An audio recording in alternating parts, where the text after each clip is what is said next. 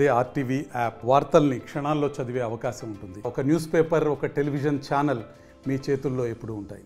తెలంగాణలో మొదటిసారి కూడా కాంగ్రెస్ ప్రభుత్వం అధికారులకు వచ్చి రైతులకు అనేక సంక్షేమ పథకాలు తీసుకొస్తుంది. ముఖ్యంగా రుణమాఫీ కావచ్చు, అలాగే రైతు భరోసా కార్యక్రమం ఏదైతే నిన్న తెలంగాణ రాష్ట్ర ప్రభుత్వం క్యాబినెట్లో నిర్ణయించిన ఏదైతే 12,000 రూపాయలను కూడా ఈ నెల 26 తారీఖు కూడా రైతు ఖాతాలో జమ చేసడంతో మహబూబ్నగర్ జిల్లాలో ఉన్నటువంటి రైతులు కావచ్చు, కార్యకర్తలు హర్షం వ్యక్తం చేస్తున్నారు. ప్రస్తుతం మనం మహబూబ్నగర్ మండల పరిధిలోని బొకునన్పల్లి గ్రామంలో ఉన్నాం. ఇక్కడ రైతులు, కార్యకర్తలు కూడా ఆనందం వ్యక్తం చేసుకుని బాణసంచలు కాల్చిన పరిస్థితి కనిపిస్తుంది. ప్రస్తుతం మనతో పాటు మాట్లాడడానికి మహబూబ్నగర్ జిల్లా గ్రంథాలయ సంస్థ చైర్మన్ మిగతా విషయాలు అడిగే ప్రయత్నం చేద్దాం. అసలు చెప్పండి, ఎట్లా చూస్తారు ఈ రైతులకు రైతు భరోసా 12,000 రూపాయలు ప్రకటించడం పట్ల?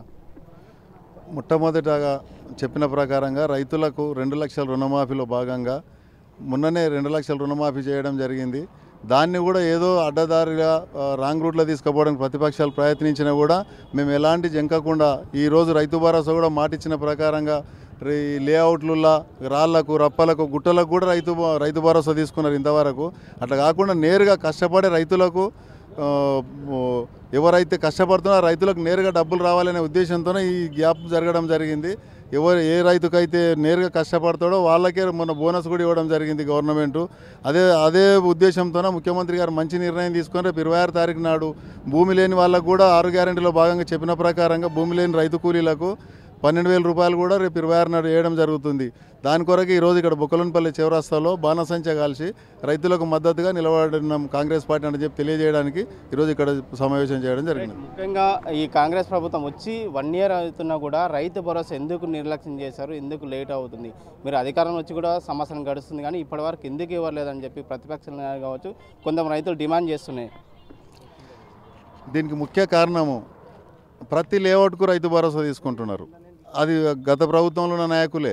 ప్రతి లేఅవుట్లో కూడా ఉంది. ఈరోజు ఏఎంఆర్ ఆఫీస్లో పోయి చెక్ చేసినా కూడా దాన్ని ఒక పద్ధతి మీద తప్పియడానికి ఇంకోటి గుట్టలకు, 100 ఎకరాలకు, భూస్వాములకు వస్తుంది కనుకనే దీన్ని ఆలోచన చేసి ముఖ్యమంత్రి గారు మంచి నిర్ణయం కొరకు కొంచెం లేట్ జరిగింది. కానీ రైతులను ఏదో ఇచ్చేయాలని కాదు.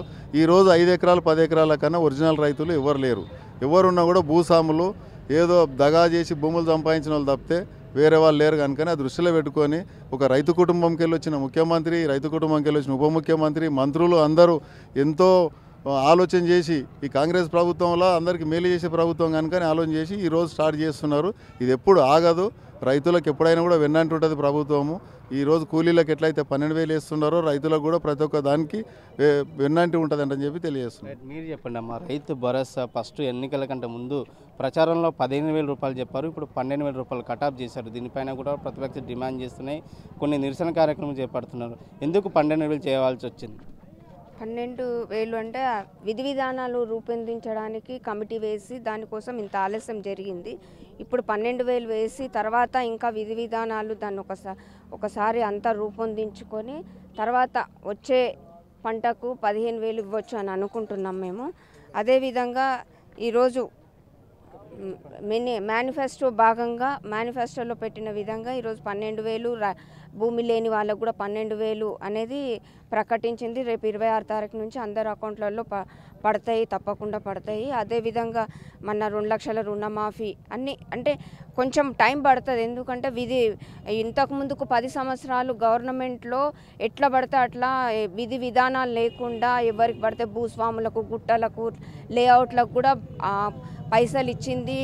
అసలు రైతులు తినకుండా భూస్వాములు, అర్హులు లేని వాళ్ళు తిన్నారు. కాబట్టి అందరికి అర్హులు ఉన్న వాళ్ళకే ఇవ్వాలి అని చెప్పేసి ఈరోజు దానికి ఒక విధి విధానాలు రూపొందించడానికి ఒక కమిటీ వేసి ఆ కమిటీ ద్వారా ఒక రిపోర్ట్ తీసుకొని ఈరోజు ప్రకటించడం జరిగింది.